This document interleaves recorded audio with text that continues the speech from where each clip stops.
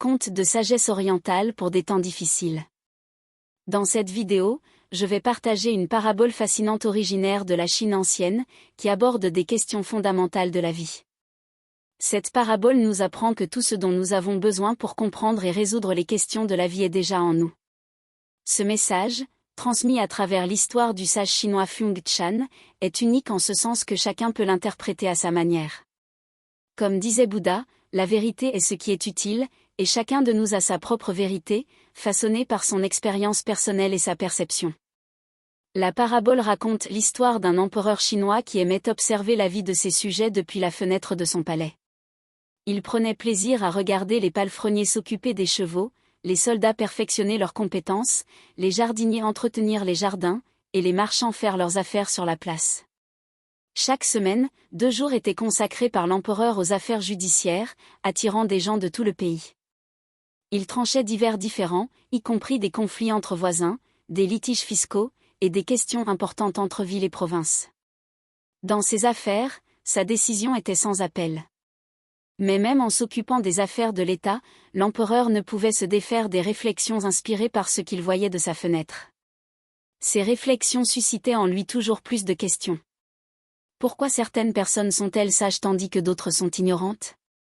Pourquoi certains deviennent-ils des marchands prospères alors que d'autres se consacrent à l'art ? Pourquoi certains ne cherchent-ils pas à améliorer leur vie, tandis que d'autres avancent sans relâche ? Pourquoi le jardinier, qui nettoie chaque jour la place, refuse-t-il un poste à la cour ? Pourquoi certains sont-ils physiquement forts, et d'autres faibles ? Pourquoi certains sont riches et d'autres pauvres ? Les questions devenaient de plus en plus complexes, surtout après un événement tragique qu'il observa depuis sa fenêtre. Un garçon de 14 ans mourut en jouant avec ses amis. L'empereur ne comprenait pas pourquoi sa vie avait été si courte, alors que d'autres vivent de longues années. Pourquoi certains quittent ce monde jeune, tandis que d'autres atteignent un âge avancé ? Ces observations le poussaient à réfléchir à quel point, malgré son immense pouvoir sur l'État, il avait peu de contrôle sur ce qui est vraiment important. Ces questions restèrent sans réponse jusqu'au jour où, dans le jardin, il rencontra un sage de son passé. Le sage, après avoir écouté l'empereur, lui sourit légèrement et lui suggéra de prêter attention au jardin autour d'eux. Il fit remarquer que parmi les arbres, certains sont plus grands et vivent plus longtemps que d'autres, certains portent des fruits, d'autres non. Certaines plantes embellissent le jardin avec des couleurs éclatantes et des parfums, tandis que d'autres sont simples et discrètes. Le sage ajouta, « Pourquoi ne te demandes-tu pas pourquoi la poule ne possède pas la force du buffle, le tigre la bonté du chien, et l'aigle la faiblesse du moineau ? Ne trouves-tu pas étrange que certaines créatures soient plus fortes et plus belles que d'autres ? » L'empereur tenta de répondre, « Mais ce ne sont que des plantes et des animaux, ils n'ont pas de raison.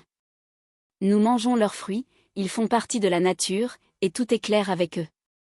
Peut-on vraiment les comparer à des humains, dotés de raison ? » Le sage secoua simplement la tête. Il expliqua que toute vie, qu'elle soit dans le roseau ou le puissant chêne, dans l'empereur ou le balayeur, est traversée par une même énergie divine, une seule force universelle. C'est cette énergie universelle qui relie tout ce qui est vivant à l'ito, la force du « je suis ». Pour illustrer cela, le sage conduisit l'empereur vers un étang. D'un geste léger de la main sur la surface de l'eau, il sembla l'activer, et l'eau se mit à résonner comme si des centaines de petits grelots sonnaient. Sur l'eau, une image commença à se former. « Regarde, dit le sage, je vais te montrer ce qui existait bien avant toi et tes ancêtres, pour que tu puisses voir l'unité du monde.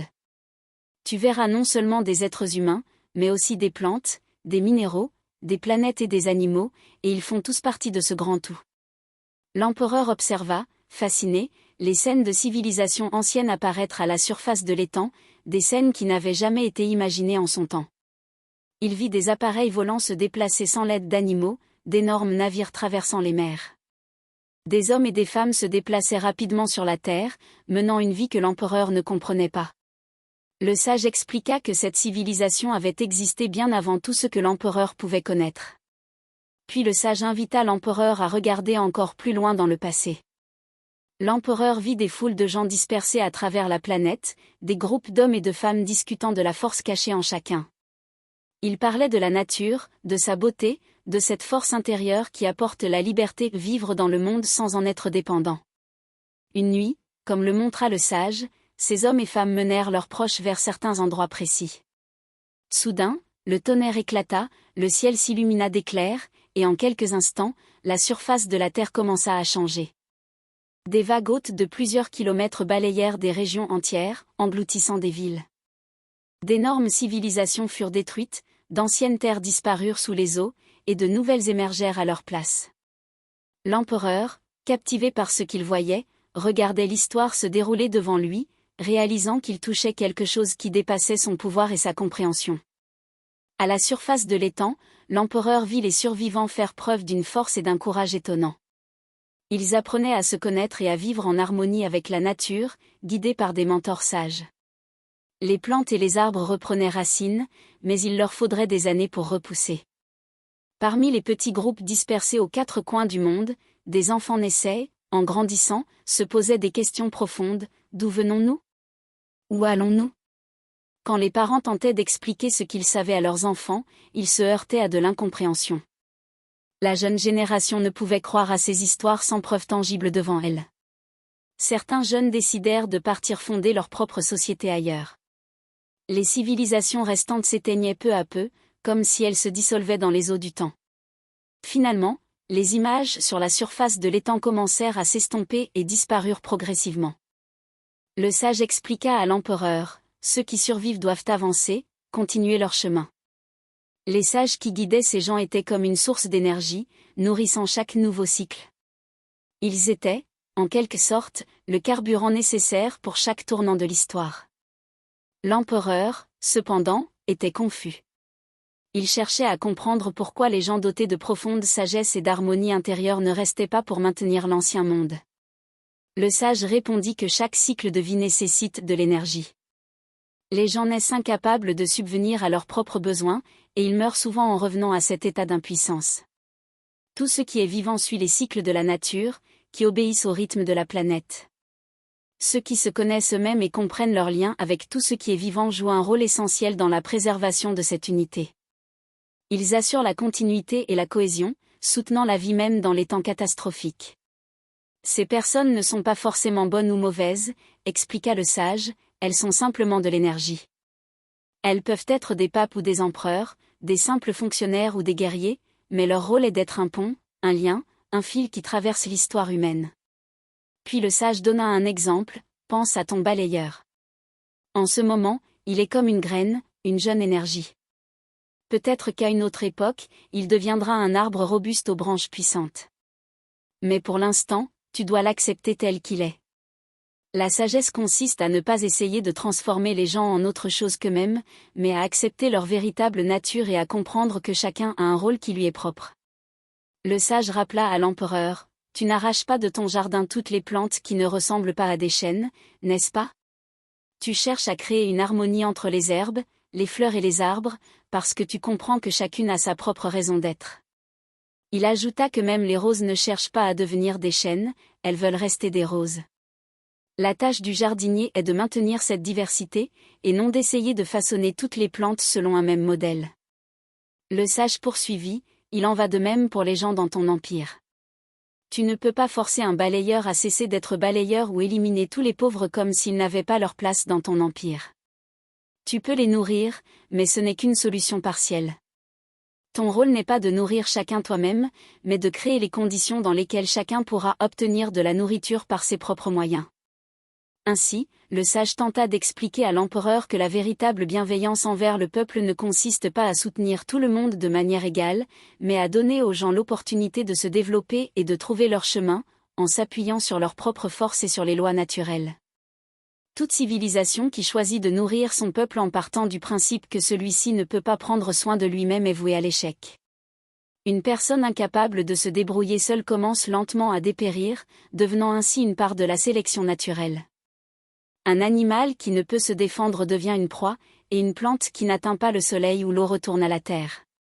Le sage invita l'empereur à contempler une majestueuse forêt, préservée de toute intervention humaine, pleine d'arbres, de fleurs et d'animaux vivant en harmonie et dans une succession naturelle.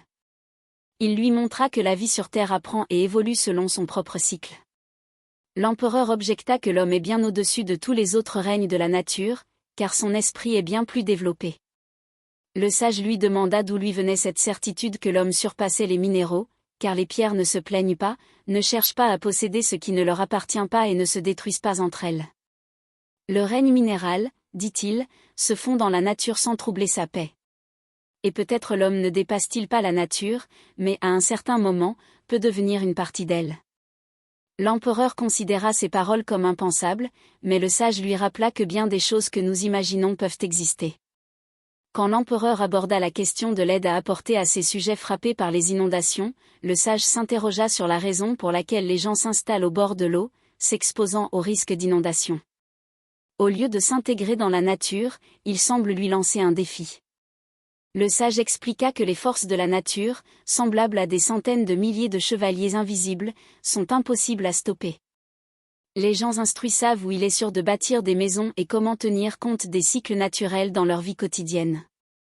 Ils utilisent les courants et les vents, non en luttant contre eux mais en les accompagnant, évitant ainsi les tragédies. Vivre en harmonie avec la nature signifie comprendre et accepter sa puissance et ses conséquences. Le sage rappela qu'on ne peut changer le destin de chacun de ceux qui ont perdu leur toit à cause des éléments, car il s'agissait de leur choix conscient. Si la proportion des espèces devient excessive, lorsque les mauvaises herbes étouffent les chênes, les moineaux emplissent le ciel à la place des aigles, et que les souris surpassent les tigres, un déséquilibre se crée. La nature retrouve d'elle-même son harmonie par le renouveau et la régénération. Lorsque disparaît une forme de vie, une autre prend sa place. Ce cycle est éternel, et l'esprit présent dans chaque vie se poursuit, prenant de nouvelles formes. Les funérailles, dit le sage, sont organisées pour les vivants, et non pour les morts, car le défunt continue sa vie sous une autre apparence. Dans la forêt, les animaux n'ensevelissent pas leurs morts comme le font les humains. Cette prise de conscience fit naître des doutes dans l'esprit de l'empereur quant à son propre règne. Le sage le rassura en lui disant qu'il n'avait fait qu'user de la force que son esprit pouvait appréhender. Dans chacune de ses pensées et de ses actions se manifestait l'énergie ancrée dans son existence même. Le vieux sage souhaitait que l'empereur voie et comprenne davantage, mais il savait que la compréhension vient progressivement. L'empereur se tourna alors vers le sage. Que devait-il faire des lois du pays? Tout détruire et recommencer? À cela, le sage répondit que, tout comme un jardinier gère son jardin, un dirigeant doit gouverner son pays. Le jardinier ne cherche pas à changer la nature de chaque plante, pierre ou oiseau, il ne contraint pas le moineau à devenir un aigle et ne transforme pas un simple travailleur en empereur. Les hommes, expliqua le sage, ne sont rien d'autre que des vibrations, une énergie contenue dans des corps qu'ils utilisent comme des outils, à l'image de chacun qui utilise les couverts à table. Tout comme chaque personne a des mains et des pieds, chacun est unique dans ses capacités et ses énergies. L'un possède un esprit vif, l'autre des talents particuliers. Cette énergie est une force qui se manifeste à travers les épreuves et les expériences de chaque étape de l'existence. L'empereur demanda alors si une énergie dite « mauvaise » pouvait être utile. Le sage répondit que la notion d'énergie « mauvaise » est relative, tout comme l'évaluation de tout être vivant. Tuer 1000 mouches ou des centaines de plantes n'est pas considéré comme un mal, alors pourquoi juger l'énergie humaine autrement? L'empereur répondit que l'homme est bien au-dessus de tous les règnes de la nature, car son esprit est plus développé. Le sage lui demanda alors comment il savait que l'homme est supérieur aux minéraux, car les pierres ne se plaignent pas, ne cherchent pas à posséder ce qui ne leur appartient pas et ne s'entretuent pas. Le règne minéral, dit-il, se fond dans la nature sans perturber sa paix. Et peut-être que l'homme ne surpasse pas la nature, mais qu'il pourrait, en fin de compte, en faire partie. Quand l'empereur évoqua l'aide à ces sujets touchés par une inondation, le sage questionna pourquoi les gens s'installent près des rives, exposés au risque de crue. Au lieu de s'intégrer dans la nature, il semble lui lancer un défi.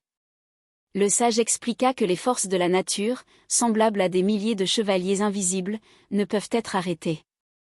Les personnes éclairées savent où bâtir en sécurité et comment tenir compte des cycles naturels dans leur vie quotidienne. Ils utilisent les courants et les vents, non pas en luttant contre eux, mais en s'y adaptant ainsi, ils évitent les tragédies.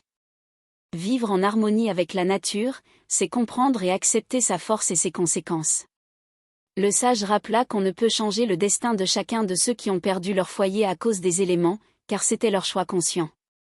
Si l'équilibre des espèces devient excessif, quand les mauvaises herbes éclipsent les chênes, les moineaux remplissent le ciel à la place des aigles et les souris surpassent les tigres, un déséquilibre surgit. La nature rétablit elle-même l'harmonie à travers la régénération et le renouvellement. Lorsqu'une forme de vie disparaît, une autre prend sa place. Ce cycle est éternel, et l'esprit présent dans chaque vie continue, passant dans de nouvelles formes. Les funérailles, dit le sage, sont organisées pour les vivants, non pour les morts, car le défunt poursuit son existence sous une autre forme. Dans la forêt, les animaux n'enterrent pas les morts comme le font les hommes. Cette réflexion éveilla des doutes dans l'esprit de l'empereur sur son propre règne, mais le sage le rassura en disant qu'il avait seulement utilisé la force qu'il comprenait. Dans chacune de ses pensées et de ses actions, l'énergie présente dans son propre être s'exprimait. Le vieux sage souhaitait que l'empereur voie et comprenne davantage, mais il savait que la compréhension vient progressivement. L'empereur demanda alors au sage ce qu'il fallait faire des lois du pays. Devrions-nous tout détruire et recommencer ? Le sage répondit qu'un jardinier gère son jardin, tout comme un souverain doit gérer son pays. Le jardinier ne cherche pas à changer la nature de chaque plante, pierre ou oiseau, il ne force pas le moineau à devenir un aigle et ne transforme pas un simple travailleur en empereur. Les gens, expliqua le sage, ne sont rien d'autre que des vibrations, de l'énergie enfermée dans des corps qu'ils utilisent comme des outils, comme chacun utilise des couverts à table. De même que tous les hommes ont des mains et des pieds, ils diffèrent par leurs capacités et leurs énergies. L'un possède un esprit vif, un autre des compétences particulières. Cette énergie est la force qui se manifeste à travers les épreuves de la vie et les expériences à chaque étape de l'existence. L'empereur se demanda si une énergie dite « mauvaise » pouvait être utile.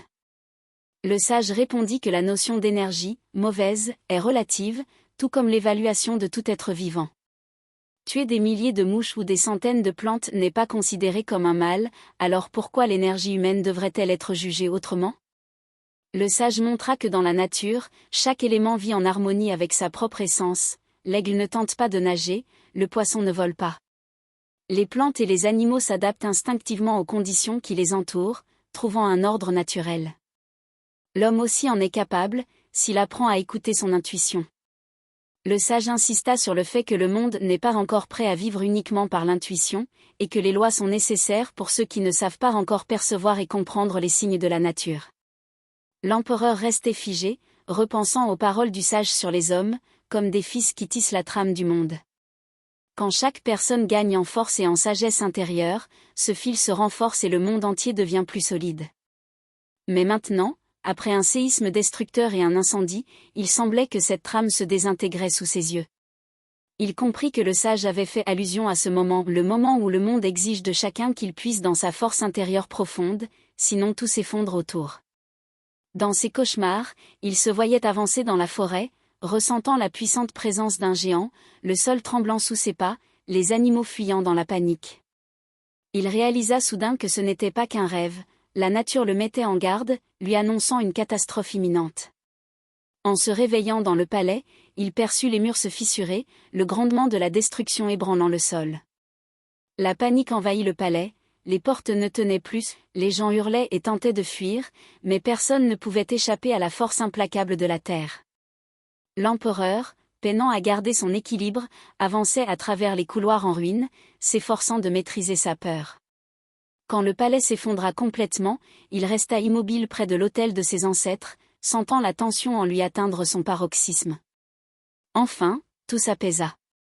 Dans la poussière et les décombres, l'empereur se releva prudemment, observant les vestiges de son monde. Il parcourut les salles détruites, parmi le granit et le marbre qui constituaient jadis son palais, époussetant ses vêtements et prenant conscience qu'il se retrouvait désormais seul au milieu des ruines. Il entendit la voix d'une femme appelant à l'aide depuis la chambre de l'impératrice. Malgré tous ses efforts, il ne parvint pas à franchir les débris pour la secourir. Il dut l'abandonner, ressentant une douleur aiguë et une impuissance profonde. En sortant sur le balcon, il découvrit l'Uwayam où ce qu'il en restait, la ville s'était transformée en ruine fumante, envahie par les flammes. Le ciel était voilé de fumée noire, et pour la première fois, le désespoir s'installa dans son cœur. Des larmes lui brouillèrent la vue. Combien d'autres villes avaient été détruites dans cette terrible catastrophe ? Et d'où provenait une telle colère de la nature, une réponse si violente et impitoyable ? L'empereur vit des gens écrasés sous les pierres, d'autres courant avec leurs vêtements en flammes, et il ne trouvait pas de réponse. La colère, la peur et l'impuissance le submergeaient, il ignorait comment affronter cela, par où commencer la reconstruction et quelle direction prendre pour faire le premier pas. L'empereur, avançant dans le chaos du palais en ruine, prit conscience que son titre et son pouvoir n'étaient plus que des mots vides. Il n'était désormais qu'un homme, coincé dans un monde où la peur et le désespoir régnaient. En marchant à travers les décombres de la ville, parmi des gens comme frappés de démence, il comprit que plus personne ne le considérait comme leur souverain. Il tenta d'aider un homme, mais celui-ci, terrifié, le repoussa avec un cri.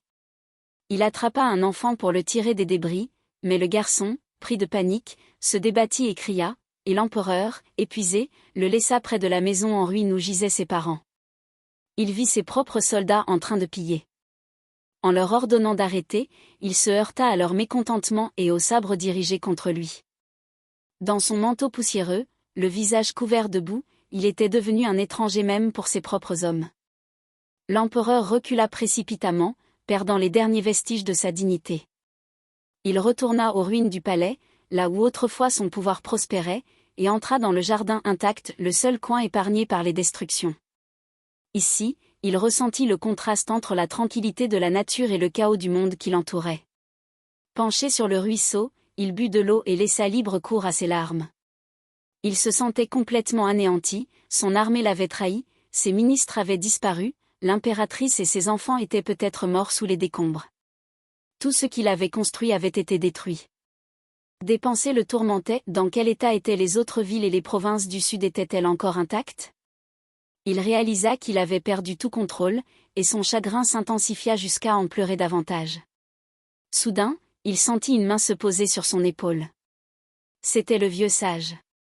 L'empereur, bouillonnant de colère, s'écria, « Regarde ! Ni palais, ni ville, tout a été englouti par cette catastrophe.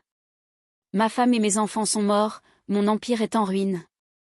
À quoi sert ta sagesse si de mon empire, il ne reste rien ?» Il voulut frapper le sage, mais son bras s'arrêta à mi-chemin, submergé par ses émotions, il perdit connaissance. Le sage s'assit calmement à côté de lui, attendant qu'il se réveille. Lorsqu'il revint à lui, le sage lui demanda, « Que vas-tu faire ?» L'empereur, accablé par le chagrin et l'impuissance, haussa les épaules avec désespoir, « Que veux-tu que je fasse ? Je n'ai plus rien. Tout ce que j'avais est enseveli sous les ruines du palais. Je ne peux même pas payer mes soldats, qui pillent la ville. » À l'écoute des paroles du sage, l'empereur ressentit une vague d'agitation et de doute. Il avoua qu'il ne comprenait pas le sens de ce qui se passait et ne savait pas quoi faire. Le sage, calmement, répondit simplement, « Relève-toi. » L'empereur le regarda avec incertitude, mais obéit. Le sage montra un aigle planant dans le ciel, puis poussa soudainement l'empereur dans l'eau froide du ruisseau. Sous l'effet de cette action inattendue et de l'eau glacée, l'empereur éclata de rire.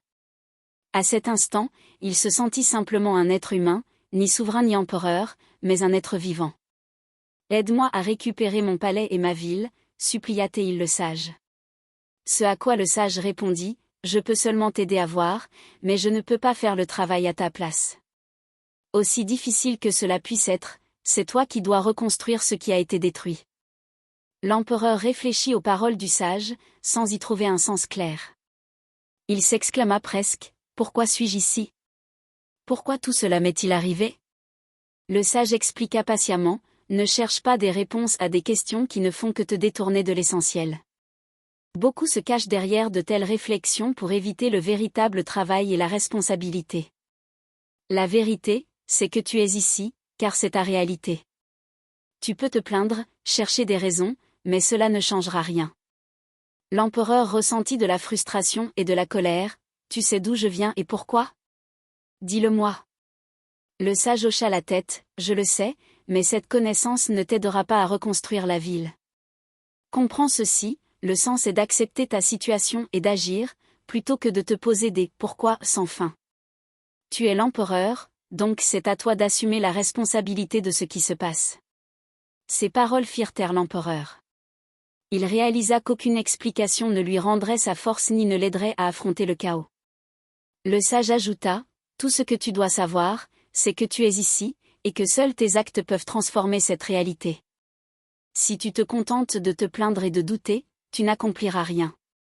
Cesse de chercher des excuses et commence à utiliser tes capacités. L'empereur ressentit de l'amertume et de l'humiliation, et le sage comprit sa déception et sa peur. Il lui dit que la plupart des gens sont comme de jeunes enfants, qui ne réfléchissent pas à d'où ils viennent ni où ils vont. Ils ne sont concentrés que sur leurs propres besoins. De la nourriture aux expériences de vie, beaucoup atteignent un moment où ils commencent à poser des questions, cherchant des réponses aux problèmes inévitables de la vie. Certains se tournent vers la religion, d'autres trouvent des maîtres qui leur donnent des réponses, et il y a ceux, comme l'empereur, qui veulent connaître tous les détails. Le sage nota qu'il pouvait fournir de nombreuses explications, mais à quoi cela servirait-il ? À quoi bon la connaissance si elle n'aide pas dans la réalité, demanda-t-il. Il donna l'exemple du fils de l'empereur, qui pourrait manger une tonne de riz d'un coup, mais cela le tuerait. Il en est de même avec les réponses aux questions complexes, cela peut aveugler sans aider à résoudre les problèmes réels. Le sage continua, expliquant qu'il fallait cesser de poser des questions inutiles et ne pas perdre de l'énergie à se demander ce qui aurait pu se passer si on avait agi autrement. Et ne te tourne ni vers le passé ni vers l'avenir, dit-il, tu es ici, dans le présent, et c'est ici que tu dois être. Le sage invita l'empereur à utiliser les outils qu'il avait. Tes outils, ce sont ton caractère, tes mains, ton intelligence et ta force. Ils sont toujours avec toi, inutile de les chercher ailleurs. L'empereur répliqua qu'il n'avait pas d'outils et qu'il ne pouvait même pas construire une maison. Le sage répondit que la peur et l'ignorance ne faisaient qu'accentuer son sentiment d'impuissance. Tout ce que l'empereur devait faire, c'était reconnaître qu'il se trouvait exactement là où il devait être. L'important était de profiter de chaque instant de sa réalité, quelle qu'elle soit. Ainsi, en se promenant dans le jardin, l'empereur regardait pensivement le sol. Soudain, il réalisa, oui, je suis ici, j'ai une tâche, et je dois agir. Il était crucial de progresser pas à pas, sans s'inquiéter de l'avenir. Tandis qu'il réfléchissait, le sage lui rappela, « Que peux-tu faire ici et maintenant ?» L'empereur répondit, « Je peux utiliser ce que j'ai. » L'empereur observait autour de lui, examinant tout ce qui l'entourait. Le sage lui montra les arbres, dont les fruits pouvaient le nourrir. L'empereur s'exclama, réalisant que même des choses simples, comme des fruits, pouvaient être une source de vie. Le sage continua à lui montrer comment, avec du bois et de la pierre, on pouvait construire, et que les oiseaux et les insectes murmuraient leurs leçons de la nature. Tout autour de lui était rempli d'outils, prêts à être utilisés. « Tu commences à comprendre, » dit le sage. Beaucoup de gens ne le voient jamais, toujours en quête de quelque chose d'autre, persuadés que leur objectif se trouve loin devant eux, alors que tout ce dont ils ont besoin est déjà là, à portée de main. L'empereur s'arrêta, sans comprendre comment cela pouvait être possible. Le sage expliqua, « Si tu veux construire un mur, pourquoi chercher des pierres ailleurs ?» L'empereur répondit que les pierres devaient être quelque part, à proximité. « Elles sont autour de toi, commence à construire, » dit le sage. Mais l'empereur fit remarquer que pour déplacer les pierres, il avait besoin d'outils. Le sage lui suggéra alors de revenir en arrière et d'observer les choses qu'il avait déjà dépassées. L'empereur trouva un morceau de bois qui pourrait l'aider à soulever les pierres et découvrit également du sable, de l'argile et de l'eau pour faire du ciment. À présent, l'empereur avait tous les outils pour construire un mur, et le sage lui dit que cela signifiait utiliser pleinement tout ce qui l'entourait. Plutôt que de chercher ce dont il pensait avoir besoin, il devait apprendre à le voir dans son environnement immédiat. Tout ce qu'il lui fallait était déjà là. Ton chemin doit aider les autres à voir la réalité par leurs propres yeux, à les inspirer pour qu'ils reconstruisent et exploitent tout ce qui les entoure. L'empereur fut empli d'enthousiasme en entendant ces paroles sages, utiliser les outils présents autour de lui et apprécier la force de ceux qui travaillent à ses côtés. « Tu n'as pas utilisé les personnes autour de toi depuis trop longtemps », ajouta le sage. L'empereur se souvint de son messager, qui autrefois était en excellente forme physique et pouvait livrer des messages rapidement. Cependant, avec le temps, sa condition physique s'était détériorée, et désormais l'empereur s'était passé de ses services. Cette prise de conscience le poussa à réfléchir à la fréquence avec laquelle il avait sous-estimé ceux qui étaient proches de lui, tant qu'ils pouvaient encore lui être utiles. Lorsque l'empereur s'approcha du mur détruit et regarda la ville en ruine, des larmes apparurent dans ses yeux. Le sage remarqua, Pourquoi pleures-tu pour ces gens et cette beauté perdue? Il lui conseilla d'oublier tout cela. Les gens qui vivaient ici se nourrissaient de cette terre, et maintenant il fallait utiliser ce qui était là, au lieu de se tourner constamment vers le passé. L'avenir sera toujours maintenant, dit le sage, soulignant qu'il était important de vivre dans le moment présent, sans regretter le passé ni se soucier de l'avenir. Soudain, l'empereur ressentit un changement dans sa perception. Il comprit qu'il ne pouvait pas continuer à chercher des réponses dans le passé ou dans le futur. Par où commencer, se demanda-t-il, mais tout ce qu'il savait, c'était que sa famille avait disparu, et cela faisait partie d'un temps dans lequel il ne vivait plus. Le sage répondit, c'est bien que cela soit arrivé. Parce qu'il faisait partie d'un temps de ta vie, et maintenant tu vis dans un autre temps. Le sage posa la question, regrettes-tu ton grand-père? L'empereur répondit qu'il était un homme exceptionnel, mais qu'il ne ressentait pas de chagrin à sa perte. Le sage expliqua que les émotions et la tristesse étaient une partie de l'évolution humaine, mais tant que l'homme restait victime de ses émotions, il ne pouvait pas utiliser son potentiel pleinement. Les sages, qui sont capables d'aider les autres à se voir eux-mêmes, ne permettent pas aux émotions de les distraire du moment présent. Ils peuvent se souvenir du passé et prévoir l'avenir, mais ne se laissent pas emporter par l'un ou l'autre. À peine ces mots furent-ils prononcés que, en un instant, le sage disparut. L'empereur, se sentant perdu, sortit du jardin et traversa le palais en direction de la ville. Il commença à déblayer les débris, extrayant les corps, tentant d'identifier les morts. Bientôt, un vieil homme malade se joignit à lui, puis un enfant. Peu à peu, un petit groupe se forma, travaillant pour ramasser les corps, les identifier et organiser la crémation. Une vieille femme et un soldat robuste, qui avaient perdu leur famille et avaient besoin de quelque chose pour se distraire, se joignirent à eux. Ils trouvèrent une mère aimante qui aidait les blessés graves, et ensemble, ils continuèrent à travailler jour après jour. Bientôt, d'autres groupes arrivèrent, et la ville commença à se reconstruire. Jour après jour, ils travaillaient, et à chaque jour qui passait, leurs efforts rapprochaient la guérison de la ville. Quelques semaines plus tard, un groupe de 200 à 300 personnes, pleines de détermination et de courage, commença à rétablir la vie parmi ces ruines. Un jour, un soldat reconnut l'empereur et le fit savoir aux autres. L'espoir renaquit, car ils comprirent que toute la reconstruction était possible grâce à leur empereur, qui travaillait à leur côté, mangeait la même nourriture et vivait avec eux dans ces conditions. 2 semaines plus tard, un bruit se fit entendre au loin, et une grande armée apparut sur la colline. L'empereur se dirigea lentement vers l'armée, son apparence sale et ses vêtements déchirés. Derrière lui marchait un petit groupe de survivants de la ville, parmi lesquels se trouvait leur chef. Le général de l'armée descendit de cheval et s'approcha de l'empereur. Il lui demanda ce qui s'était passé, car il n'avait pas eu de nouvelles de la ville depuis longtemps, et il pensait qu'elle avait été prise. Le général remarqua la destruction de la ville et du palais et demanda au vieil homme qui il avait devant lui.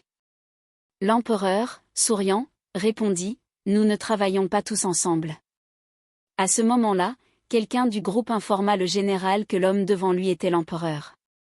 Le général, en examinant attentivement le vieil homme, le reconnut grâce à la cicatrice qu'il lui avait laissée lors d'un combat d'enfance. Le général se mit à genoux, mais l'empereur l'arrêta, « Lève-toi, enlève ton armure et viens avec ton armée pour nous aider à reconstruire la ville. » Ensemble, ils pénétrèrent dans la ville détruite. L'empereur montra comment utiliser toutes les ressources disponibles pour résoudre les problèmes. Il abordait chaque situation calmement, sans perdre son sang-froid, même quand quelqu'un disait qu'une tâche était impossible. Plutôt que de paniquer, l'empereur disait « Allons-y », et, en chemin, de nouvelles idées surgissaient. Lorsqu'ils atteignaient l'endroit nécessaire, ils trouvaient la solution au problème. Les mois passèrent et la ville revit. L'empereur vivait dans une petite maison qu'il avait construite dans son jardin et avait restauré la ville en utilisant le marbre et le granit du palais détruit.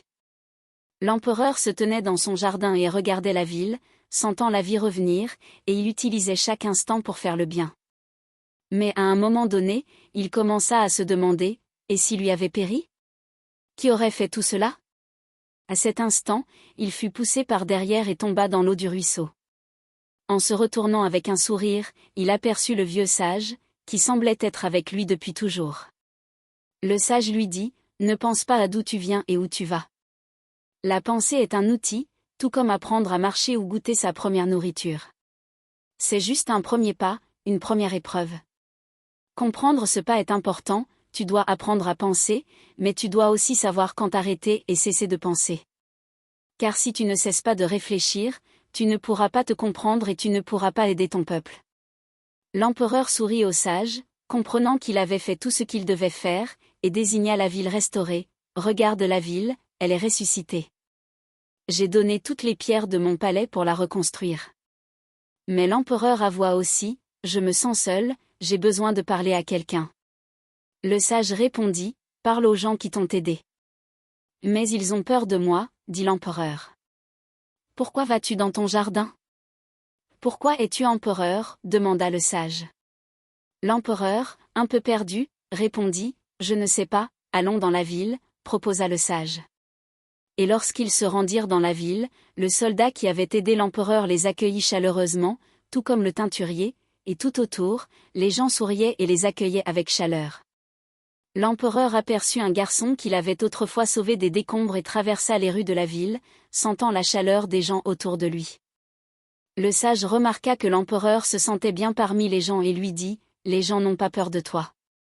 Ils te respectent. » Il y a une fine différence entre la peur et le respect.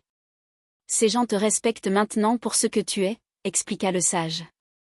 Avant, ils avaient peur de toi, mais maintenant ce respect a remplacé la peur. Ils tirent parti de ce respect et tu ne dois pas te cacher dans ton jardin ou dans ton isolement, en t'éloignant des gens. Le respect est la forme la plus élevée de l'évolution, il naît lorsque l'homme prend conscience de ce qu'il est vraiment. L'empereur s'adressa au sage, « J'aimerais que tu sois toujours avec moi.